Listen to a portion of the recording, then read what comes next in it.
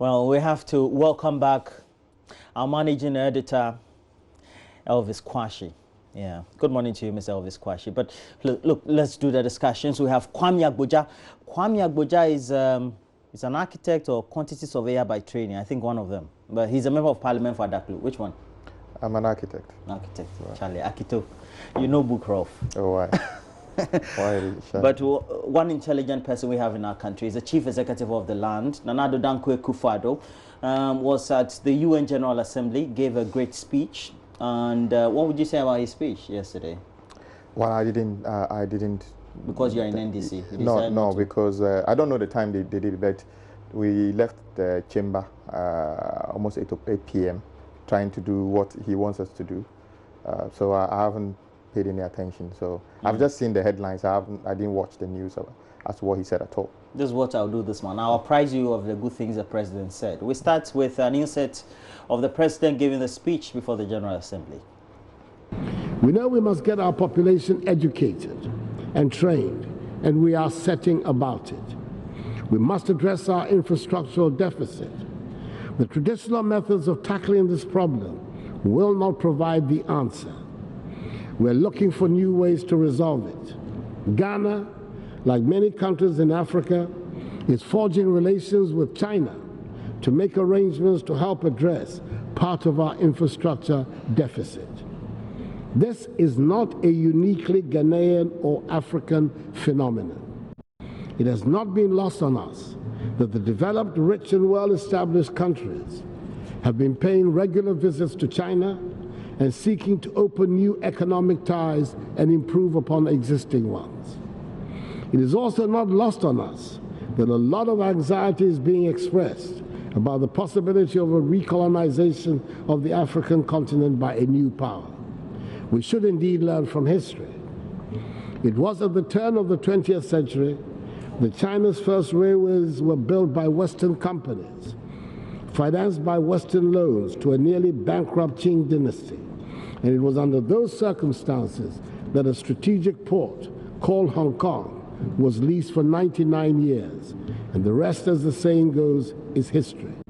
Today, the former victim of Western Railways imperialism is lending billions to countries throughout Africa, Asia, and Europe to construct not only railroads, but also highways, ports, power plants, and other infrastructure, and many businesses. The historical echoes are certainly worrisome, but yes, surely we must and can learn from history. We in Ghana must build roads, bridges, railways, ports, schools, hospitals, and we must create jobs to keep our young people engaged. It is obvious to us that the development trajectory we have been on for many decades is not working.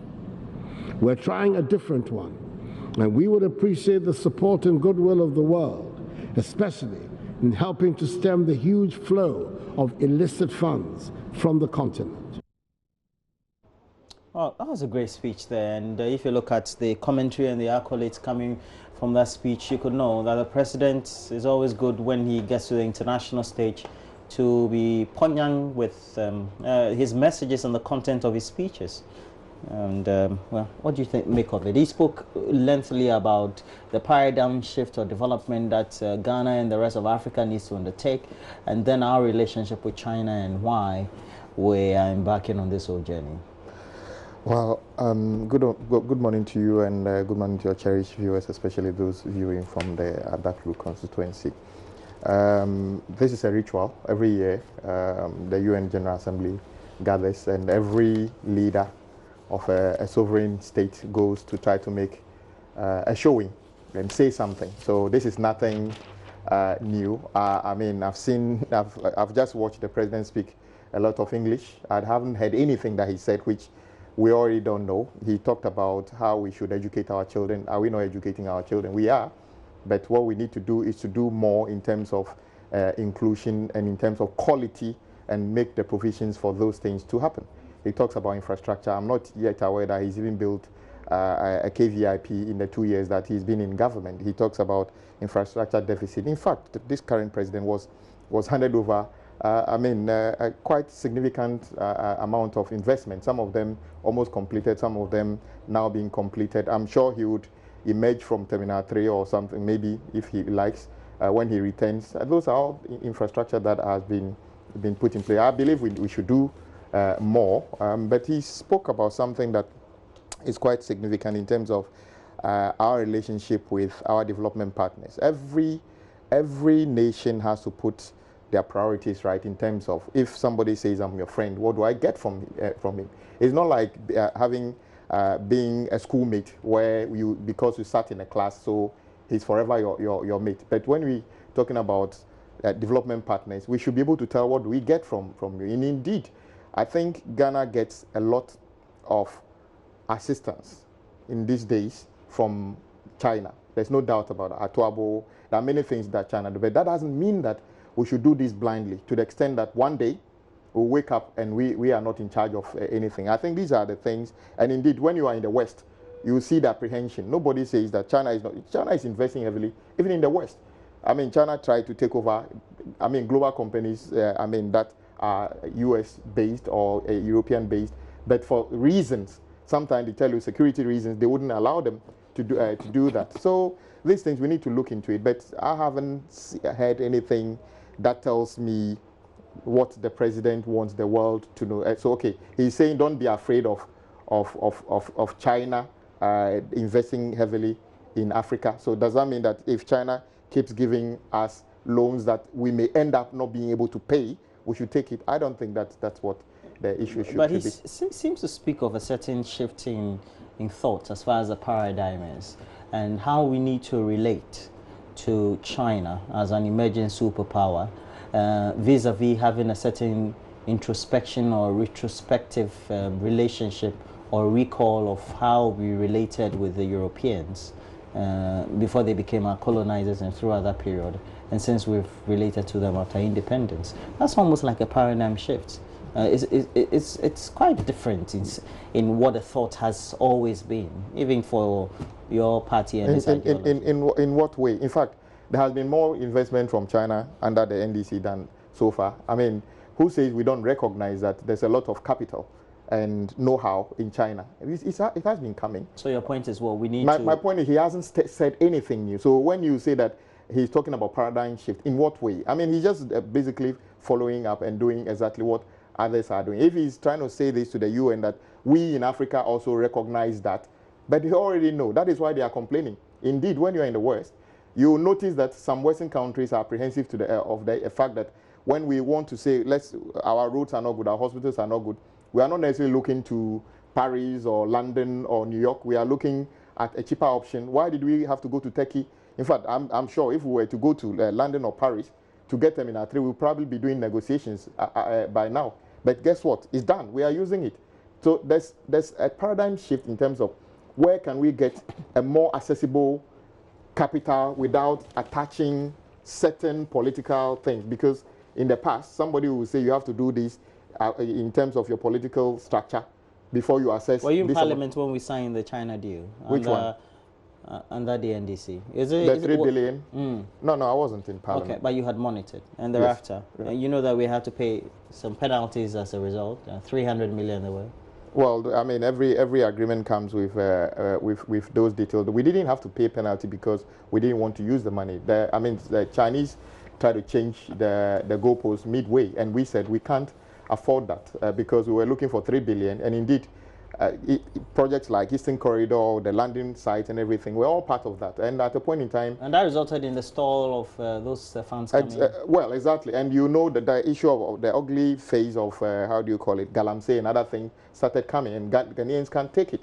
We needed to do something. You remember how we have to actually apply the law and deport a couple of them. That didn't go down well with some of the people. And I know that even the StarTimes issue was part of the reason that the thing didn't. Okay, so let's get into perspective. Yeah.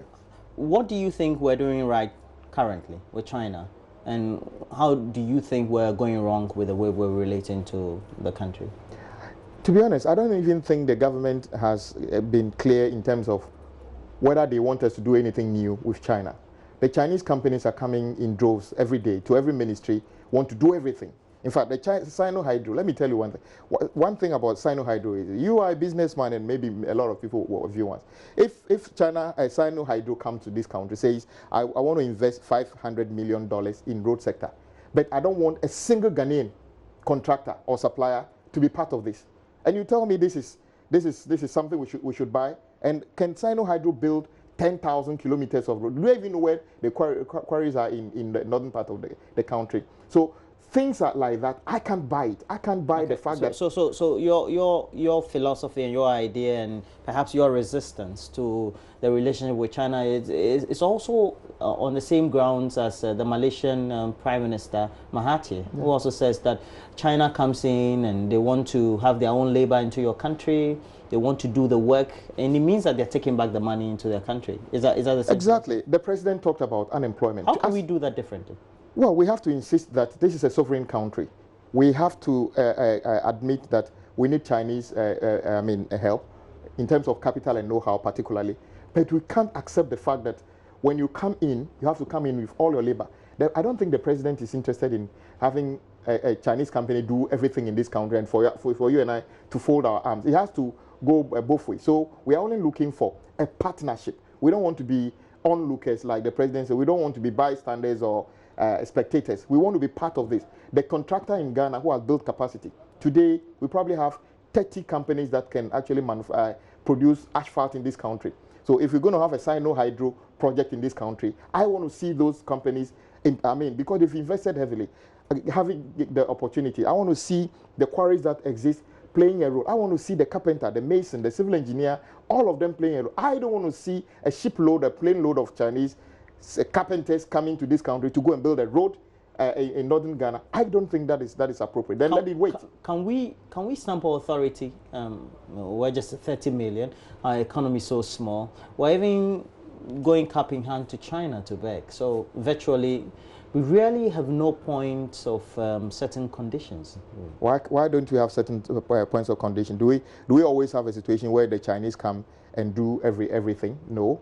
If you take the airport project, there were Ghanaian subcontractors that worked on Terminal 3, the whole airport and other things. So there's a lot of evidence of how foreign capital came into Ghana and partnered Ghanaian people to actually create employment and then leave transfer technology and other things. That is all we're talking about. Nobody is against the Chinese coming to do things here. So I want to encourage the president not to give up on the fact that, and I can see from where I sit that because the president and the NPP are desperate about not being able to do anything, they might buy into this Sino-Hydro where these people will come and basically try to do anything they like, and then the Ghanaian businessman, the Ghanaian contractor, the Ghanaian artisan will not be part of it, and that would lead to a situation where you will say that your economy is this big, but the people in the country don't play a part. So unemployment will increase, debt would increase, and that's not helpful to anybody. Why is it that the NPP and NDC, you being the two foremost parties, you can't agree on a plan for Ghana? We seem to be at variance. In your time, the Mahatma administration tried to, engender some sort of revolution or change with the NDPC coming together. Is it a 40-year development plan? Yes. It's now been replaced or will be replaced by a 7-year development plan, so to speak. We don't seem to have a certain consensus. Are you sure about that? I thought the last time I checked, we wanted to borrow money for 100 years. That must fall within a plan. Because if you're going to borrow 15 billion for 100 years, it must fall within a plan. It can't be 7 years. Can we have a consensus on that then? I think you the two parties with different ideologies, or even though sometimes it's I know there's dialogue in Parliament to find out how certain things, our constitution is probably too lax on certain things, and we haven't probably actually tested it.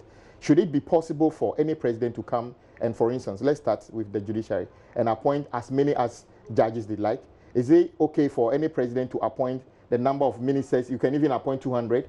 Is it possible for Parliament to keep increasing the number of parliamentarians? Is it possible that any president can come and say, when it comes to education, free SHS is what I'm interested in. I don't care about universities and primary schools. No, we should have a country where the constitution should be able to restrict us to what we want in terms of development. So when we say we want a 5 years or 10-year development plan, that cannot be varied by the NDC. However, the tools, how you get there, the stages, and then what you carry along can be varied, but the goal the trajectory cannot be changed. I think that is a fair question you are asking. We can. Why can't we? Why haven't we had it so far? Because you are not asking the question. I am nobody. I'm just a member of parliament, and you ask, you are aware, members of parliament only do government business. We can't even do private members bill as of now. So you should be talking to the right people who are particularly in government. Why can't you build a consensus around our development trajectory that everybody can buy, and don't put NDC or NPP tag on it, so that everybody buys into it? That is what will be. For instance, we have problem. I call it the implementation of free SHS. It's a crisis implementation. What will be wrong if we have a collection of people who know what they are talking about? Okay, a free SHS, we've started. However, we have problems. Let's have a national dialogue on this. What do we really want to do? So when we settle on that, NDC or NPP can't vary the process again. That would have been good. But guess what? Because it's in somebody's manifesto, they think they own it as a NPP. So are you expecting NDC, when we come, to just continue implementing exactly the way NPP is implemented? Because that is not our so now it's possible that if the NDC should win any election in Ghana, you may change the structure of second cycle education from the way it is now. Certainly, we have already said that. For instance, Kwame Abuja doesn't have to benefit from free SHS if my child gets to secondary school, because by what I earn, I can afford it. Majority of students who are at motor school this morning, they are maybe 90%. Their parents paid thousands of dollars or cedis when they were in primary and JHS. What sense does it make when they get to secondary school, tell them they can't pay, that you will pay for them? It's not like you even have the money. We think that is not fair. As Social Democrats, we should create a safety net that protects the vulnerable, and those who are powerful can always take care of themselves. That is what it should be. If you take NHIS, today, the average person who is enrolled on that have to go and pay money to renew their card every year. But when they go to the clinic, when they go to the CHIPS compound in Adaklu, they are not even giving paracetamol. So I ask them, what is free about what you have just done? Nothing. What if I don't qualify and everybody at a certain pedestal in terms of economic status don't qualify? So the resources will be there. It's not going to be diverted to pay necessary training allowance. It will be there so that the vulnerable can actually access free, meaningful healthcare. That is what NDC should focus on. We are not saying that when we come, we stop free SHS. We are just saying that we will let people who know what education is about review this, and those who can pay must be made to pay by law, not by what they are saying that voluntarily, I can voluntarily go and pay. Go to Achimota School and find out whether the 90% whose parents can pay are voluntarily not paying or paying. Because it's human nature. But what should be the forthright decision now as we're going for? For example, we're thinking the finance minister just announcing, I think since yesterday, the finance minister has been saying that in the next year's budget, which is supposed to be next November, right? Yeah. We're going to have. They're now doing that. They're now thinking about the structure of a $50 billion US loan or bond that is going to stretch over a century, 100 years. In that way, what sort of consultation would you want to undergo to be done so that perhaps there's a certain buy-in from both sides of the political divide? Well, for me, even the mere thought of the fact that we needed to go upon that trajectory is reckless, in a sense that this is a government that came to power telling us that we can mobilize resources. And in any case, what do they want to do with the 50 billion? How was NDC able to do all these things? I'm not saying we've solved all the problem without 50 billion and without all these things. So I don't know the details about of this, but to think that we borrow 50 billion and for 100 years, when you and I will be dead and gone, and other people should be thinking of paying it, and we are not even being told exactly what it is that we need to do with that money. Because so far, records show that the 40 billion cedi that have been borrowed, and in addition to other things, went into consumption or things that we have spent. So there's nothing to see. We haven't seen any road that will say that, okay, from Accra to Tema, where we use cocoa money and it is there forever. We haven't seen anything like Atuabo gas. Yes, we borrowed money, we use cocoa as a collateral, so it's there. We haven't seen anything like President Akufo-Addo did when we said that we use cocoa to back the building of Bui Dam. So Bui Dam is there for us to see. We haven't seen anything like that. We have seen huge amount of money borrowed within 17 months of this government for consumption, for free SHS and for other things. And it's not even a free SHS that is even stable yet. It's still unable to stand on its feet. That is why we are even introducing in 2018 a shift system. It's a total failure. So it's not a shift system. It's a shift system. It's called the double track system. No, it's a shift system. It's a shift system. It's the double track system. No, it's a shift system with how they garnished with a nice name. I mean, basically, what is a shift system? Today, after staying at home for 2 months, some kids are going to stay extra 3 months, 5 solid months of being in the house. My brother, even you, when you and I were in secondary school, no matter how smart we were, if you stay at home for 5 months without studying anything, you'll be done by the time you get back to school. If they are girls, if you don't take time, they aren't going to be able to go back to school in the proper shape. They're probably going to get pregnant. So this is the level of risk we are taking just for the purpose of political expediency on behalf of the NPP, to tell us that we can only develop this country by binging on borrowing. That is an indictment of Dr. Bawumia and the president. This is not what they promised. We didn't vote for the NPP to contest NDC in terms of how much money they can borrow. They actually told us we can develop this country without borrowing. So if they resort to say that they have borrowed more than NDC, that is total failure, and that is not what we voted for. So you're saying the $50 billion bond is not a good one for Ghana? But what is good about it? I mean, they're just talking about it. What are we supposed to? For our long-term development, it's not good. Is that what you're saying? What have you heard anything that they want to do with it? They just want money to win it in the election. That is basically what it is. Have you heard that by the time we borrow that money, almost all districts will have a road linking the regional capital to district capital, that every district will have a hospital and other things. You see, they talk before they think. I'm not in a negative sense.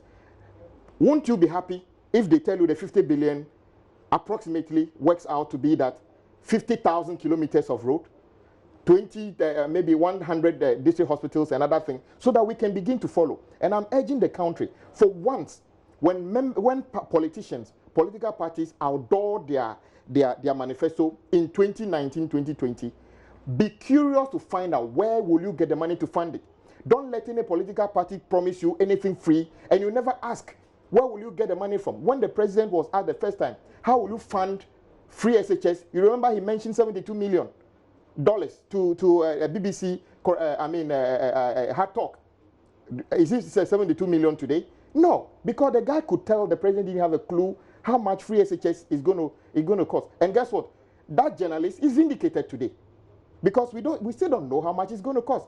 The shift system is a direct response to government lack of provision of infrastructure, because when we give money to get funds to build schools, they transfer the money and pay teacher training allowance, so they can't build enough schools. So the infrastructure is not there for the student to go into the school. When we give money to NHIS to pay service providers, they pay necessary training allowance. You're just being negative because you're in the other I'm not negative. In fact, for your information, I've been very supportive of many of the things that are infrastructure based that came to Parliament, because that is my field, and I have actually supported my colleagues openly in Parliament to take up and defend bills when it came to the hospitals, roads, and other things. You go and check the Hansard. I'm one of those people who would surely support things like that, because I know that is the way you transform the country. Today, when you go to Terminal 3, you know what we have done? Not only have we got a world-class facility, we have created new jobs. That is a way to create sustainable job, not NAPCO, which is like a job seekers allowance, which is not sustainable. You and I have to pay tax to pay, NAPCO. But those who work at Kotoka Terminal 3, guess what? You and I will not pay through just taxes. We are paying for using the facility. So the facility can pay for itself, and forever it creates jobs. That is the difference between NPP and NDC. When we want to create jobs, we want to do things that are sustainable. They want to take you and I's tax and give job seekers allowance. That is not sustainable. Well, let's get on to the phone. Let's speak to a senior lecturer with the University of Ghana Business School. Dr. Kobi Mensah is a marketing lecturer, but tends to specialize in political marketing. Good morning to you, Dr. Kobi Mensah. Hi, good morning. Yeah, it's been a while that we've spoken. But you may have monitored the president when he addressed the UN General Assembly, did you? Sorry, can you repeat that for me? You may have followed or monitored the president when he addressed the UN General Assembly. That's correct. Okay, but a critical component of the speech was about how perhaps Africa and Ghana particularly is trying to relate with China. and why it has become more critical. What's your own observation on that aspect of the speech in the first place? Yes, I think that the relationship between Africa and China had been a very worried one to the West, especially. And this is not coming now. I mean, it's been there since 2005. I remember I attended a conference in London, and there was a concern about how Africa is gradually, sort of becoming the place for China's, internationalization or globalization, if you speak, where China has been, dominating. Now, obviously, from the president's perspective, according to the speech that he gave, it looks like it's becoming a policy for most African countries in terms of development, that China perhaps will be a better partner than the West. And I think that, for me, in as much as I don't fault, the president for having that particular speech, we must have a very clear path, that are we, from foreign policy perspective, are we tilted towards China, or are we still, very much kind of integrated within, the space in terms of what we call Western countries, But we haven't had that clarity. We haven't had that clarity that we are either going to the East or the West in terms of our foreign policies, in terms of our development agenda. I think we need to have that conversation. But of course, the president actually signposted us that perhaps, China is, the place to go, given his speech. But the president seemed to have it all set out, that at the end of the day, we had a certain experience with the Europeans, and following that, the colonization, the process of post-independence era relationships, we've had some sort of still a takeover of our economies. They have had the larger part of the investment, etc. But he thinks that as African countries, we can get something out of China. What's your perception about that in the first place? Well, I think that obviously Ghana, as a sovereign country, actually chooses where they want to partner or who they want to actually partner. And of course, as the president rightly pointed out, we've had a relationship with the West for a very long time. Clearly, sometimes there is a new paradigm. And of course, even in the West, they see China as perhaps a new paradigm. Now, my concern is that perhaps we need to have a much more clearer position, especially when it comes to our dealings, with either the East or the West. Now, the reason being that we still have, a very tight relationship with, the World Bank and, by extension, with, the West. So if we're actually making a change in terms of our policy positions, and then we think that, China is the way to go, I think that clarity has to be there, right from the beginning. Now, my concern also is that the majority of the West are of the view that China doesn't do a thorough work in terms of taking into consideration issues of importance, for example, human rights issues, for example, democratic issues. And of course, for them, it could be, in the long term, a very, negative thing for the continent. And I'm sure many other, Ghanaians, many other Africans are actually expressing similar concerns.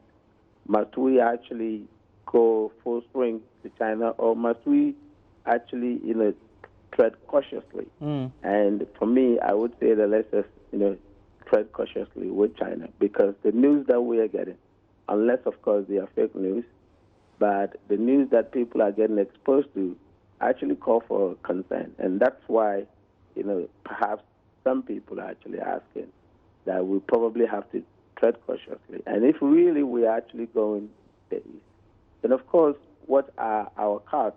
We have to lay our cards on the ground. We have to lay our cards cautiously, and then think about the strategy very well, so that we can get a better side of the engagement.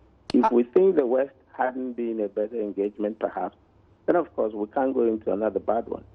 We need to really exercise some restraint and then put, some measures in place so that we don't come out at the other end worse off again, as we think had been, with the West.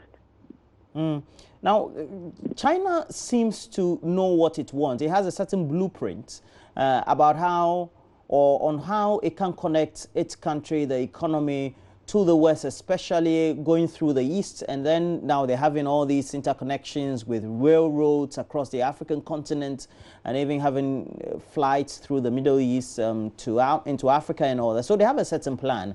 Are you worried, as the critics are also saying, not only on the Ghana-China relationship, but the Africa-China relationship, that many of the countries, just like Ghana, don't seem to have a certain blueprint? There's no strategy in dealing with it. And those strategies, because they're absent, have also not been well explained to the peoples that they serve.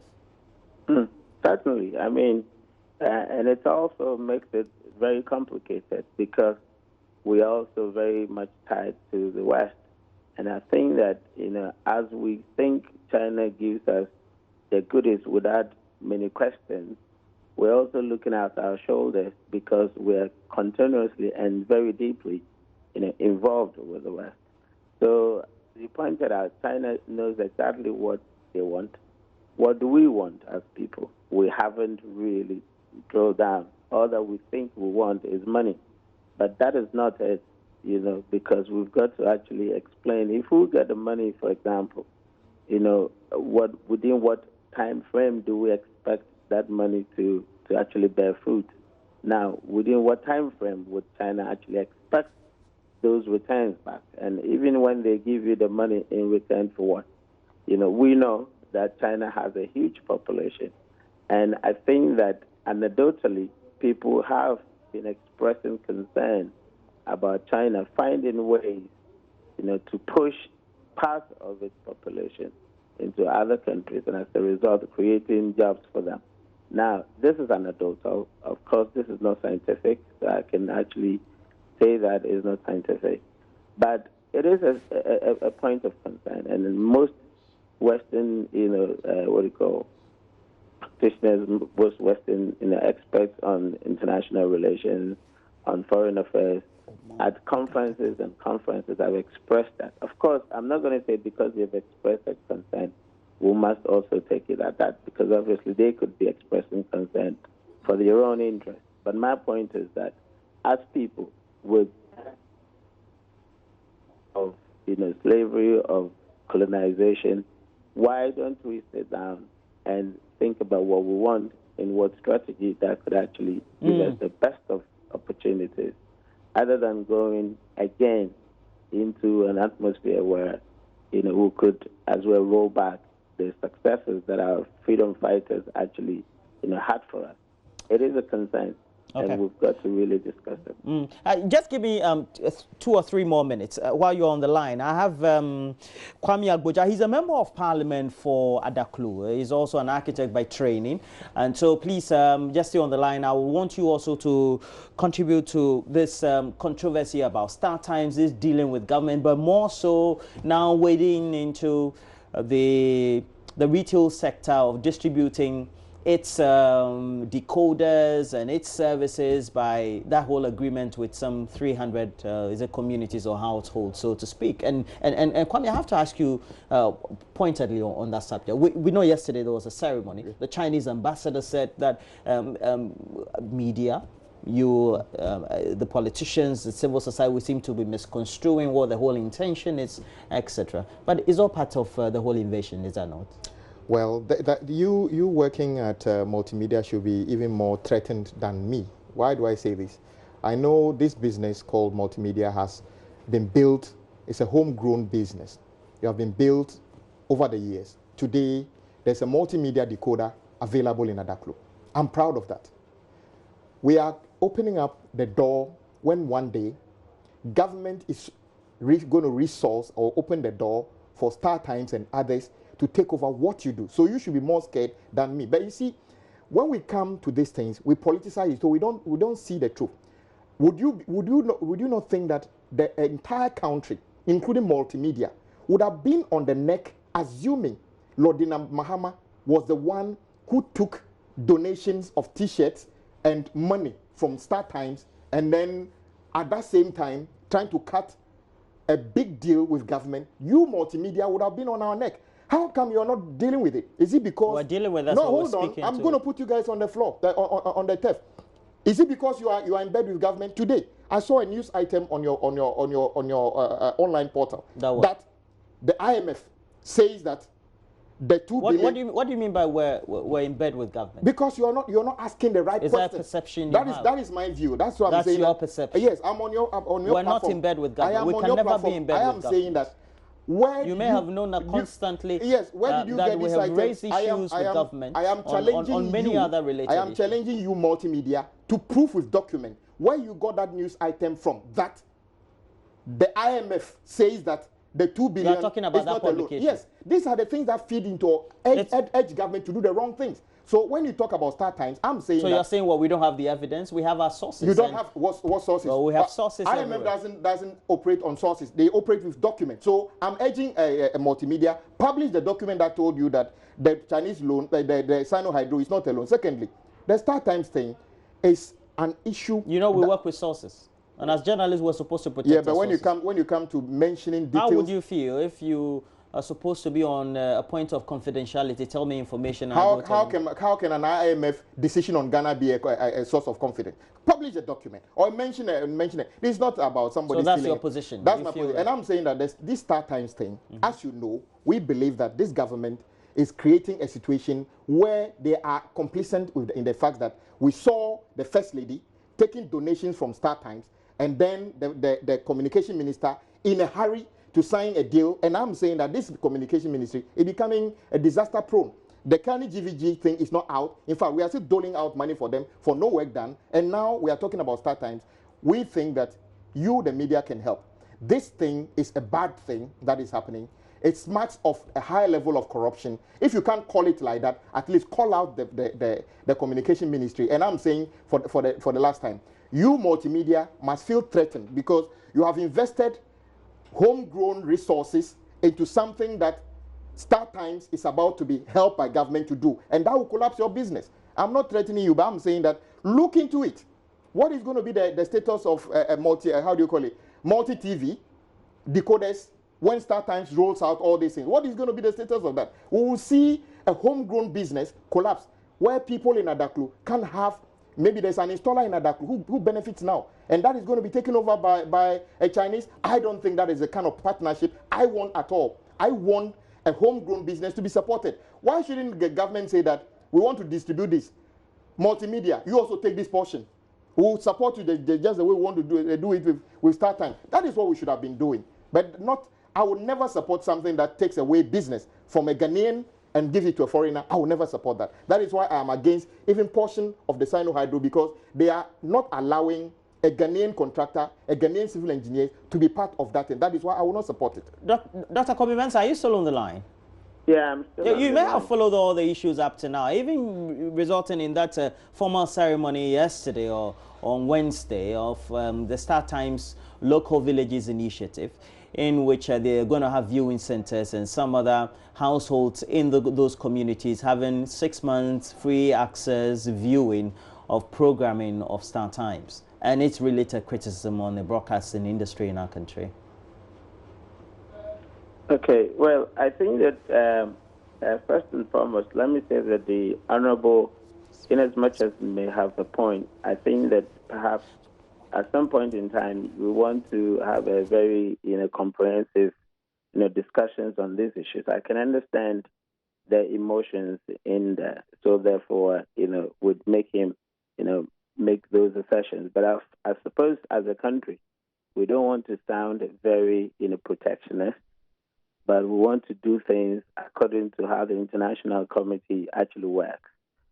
Obviously you couldn't say that because a company is foreign, you would definitely step against it, as opposed to what you call a company that is local. We had benefited immensely from foreign countries, and we still call for foreign direct investment, whether it's an NPP or an NDC government. So perhaps I would urge my honorable MP to tone down a little bit so that we can have a very dispassionate conversation.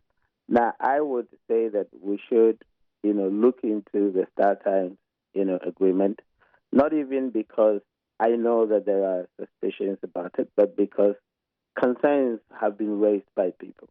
Now, government has to actually look into that concern and actually address it appropriately. Now, if for some reason some organizations or some individuals have influenced the process, I think it's a good thing that we hold back and then investigate. Now, the ministry responsible couldn't rush this agreement because of the concerns raised. And I in particular would say that as we develop democratically and as we have committed our future to this democratic process, things must be done in that sense. And of course, globally, people are watching us. If we use the bad language, if we use a bad approach, foreign countries would actually resist or desist coming to this country.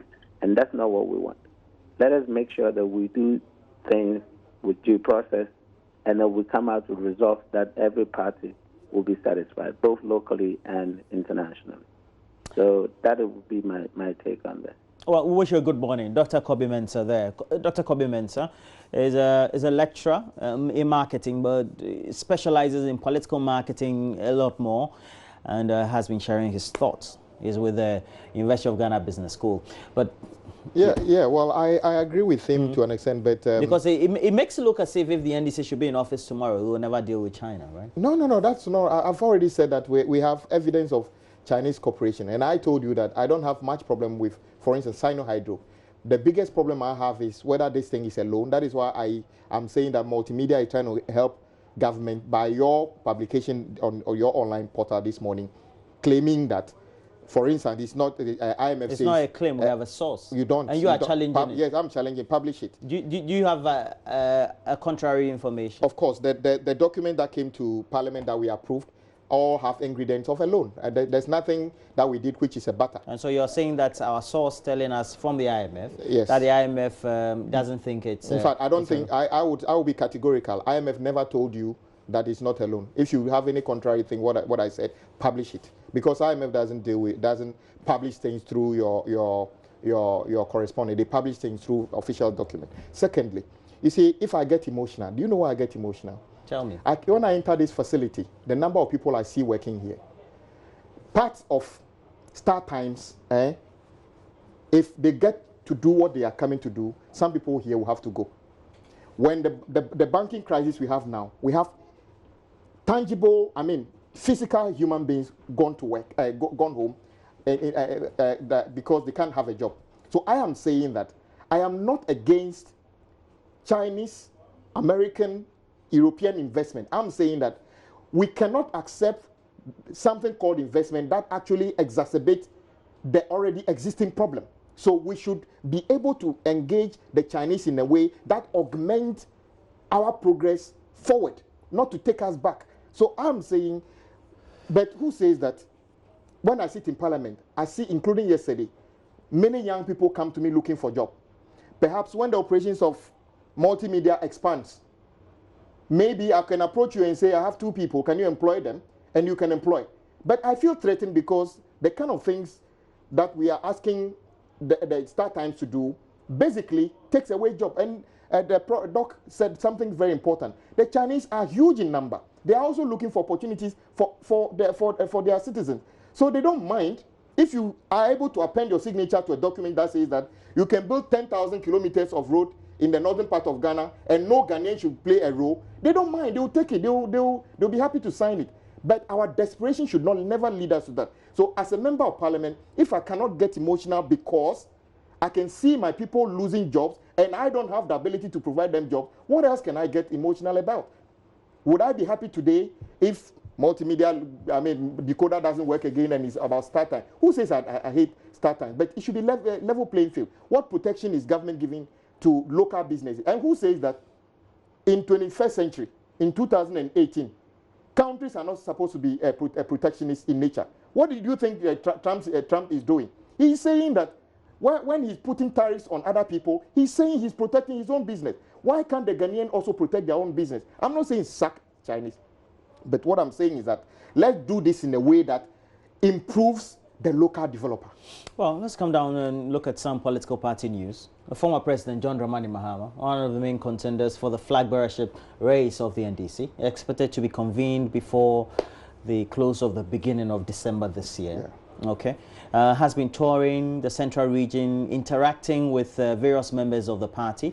And he had some comments to make to them. Had been telling them about how the party need to be rebuilt, etc. But let's just get an insight from him.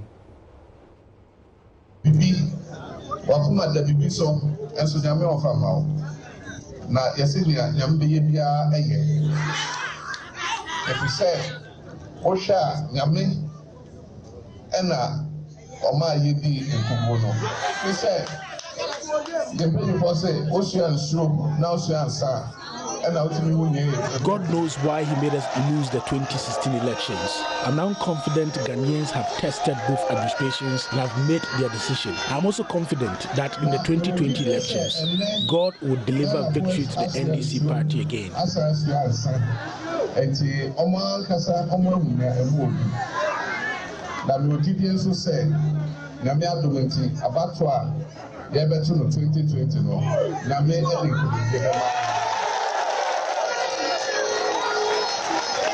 You don't always have to win. Sometimes you need to lose in order to learn from it.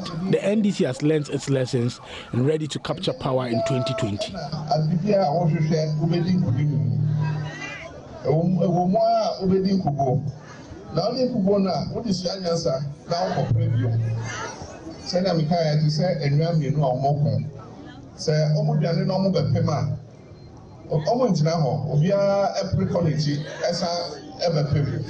NDC, ya pim ye no, ya prap ko yichi. 2020 afi ni esa abepem. Na ye se abato no ne kind of ba ko. Popim se ye be kan yi. I need you all to be vigilant during the election 2020.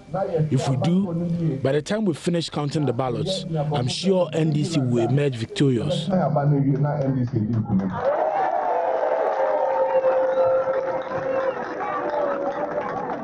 Now, there are branch elections, there are constituency elections, there are regional, after there are national. November there are national.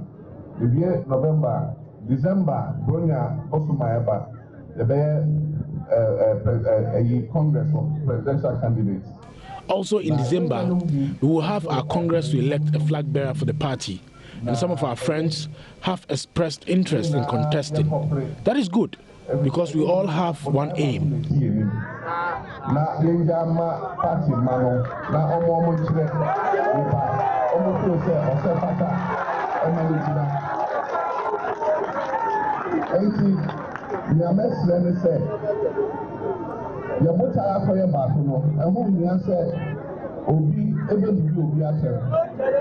We need to leave the decision of who is fit to lead the party. I will appeal to you all to desist from insulting anyone as we head towards the polls. Because whether you lose or win, we must unite to win elections 2020.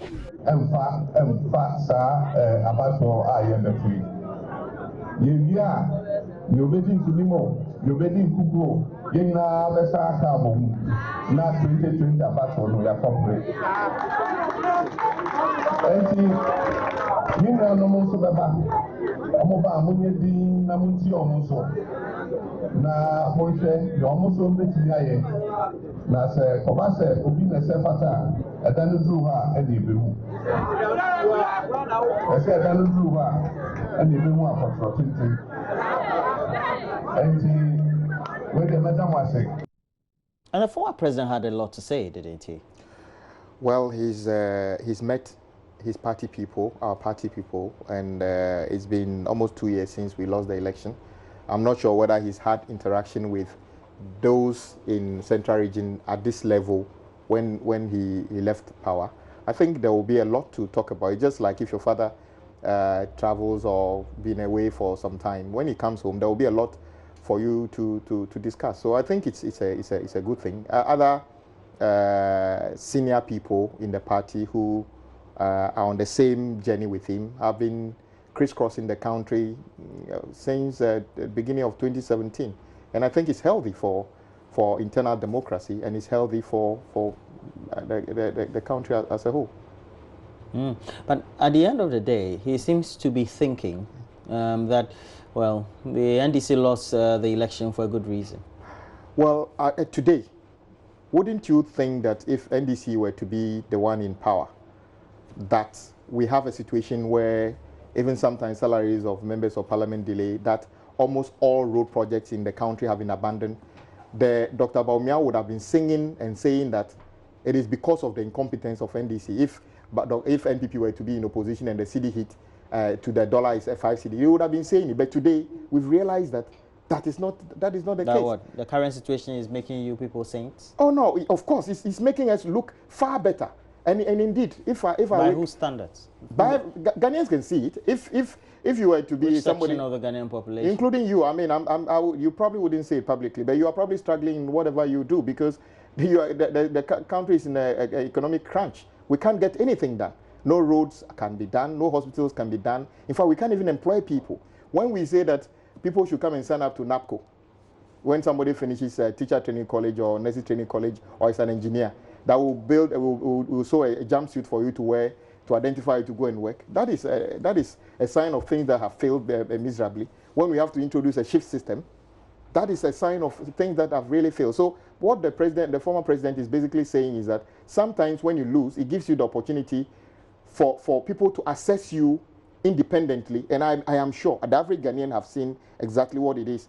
Today, Dr. Bawumia, the person who says all sorts of things, can't even get anything at all done, then I think it's good. And it gives Ghanaian the opportunity to make an assessment as to who you want when it comes to 2020. What do you mean by Dr. Bawumia, who used to criticize and say he could do all things, now can't get things done? By what standards? When, for instance, Dr. Bawumia says that when the cedi depreciates against the dollar, it is a sign of incompetence, that there's enough money in this country for us to do everything done.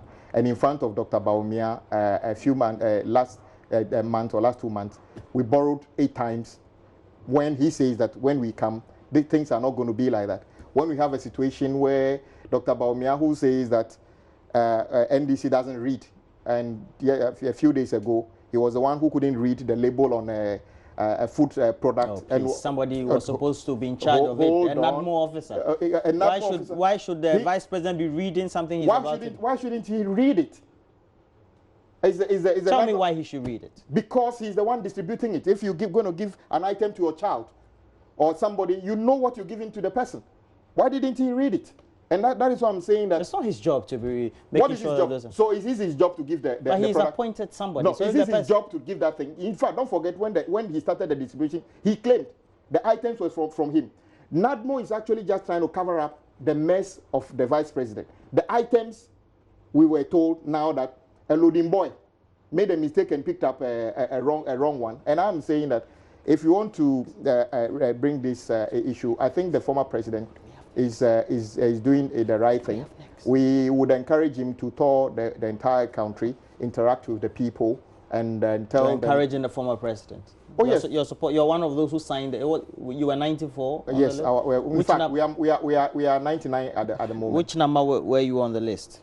I can't tell, but I'm okay. So you know the vice president toward the beginning of the week attended the National Policy Summit, and this is what he said. He says, "What is incontrovertible is that without Nana Addo Dankwa Akufo-Addo, there will be no free SHS, no restoration of teacher training allowances, no restoration of nursing training allowances, no Zongo Development Fund, no planting for food and jobs, no national ID cards, no digital address system, no paperless ports, no development authorities, no one district, one factory, no one village, one dam, no NAPCO, no NIPE, no strong macroeconomic fundamentals, no rehabilitation of the Volta River Authority, no $2 billion innovation infrastructure financing arrangement with Sino Hydro, no steps to establish integrated bauxite and aluminium industry, no mobile money interoperability, no reduction in electricity prices, no change in the driver's license applications, no revival of Ghana's railway, no transparent allocation of Ghana's oil blocks. Dr. Bawumia, the 24th of September 2018. I wish we have enough time for me to take you through all this. First of all, Dr. Bawumia have no clue about what we talk the paperless pot. That thing has been there before. It can be, because you read all these things, and I'm not going to have enough time to deal with them. That's why you have no time. Dr. Bawumia, did you hear him say without them there would have been a lot of jobs? Without NPP, I believe there would have been more roads. Without NPP, there would have been no Kelny GVG fleecing us of multi-millions. Without NPP, we would have had a better expansion in our healthcare. Did I hear you say that he said that they have been without one district, one factory? Open this. This is the 2018 budget. Open paragraph 784 and read what is there and tell me whether he still believes in that. Maybe to be at the front somewhere. Paragraph 784. That by now Adaklu district should have had minimum of 2 million Ghana cedi to start one district, one factory. Dr. Bawumia has actually had the courage to read all these things. Did he tell you that without NPP, maybe the city would have been more stable? He didn't tell you about that one.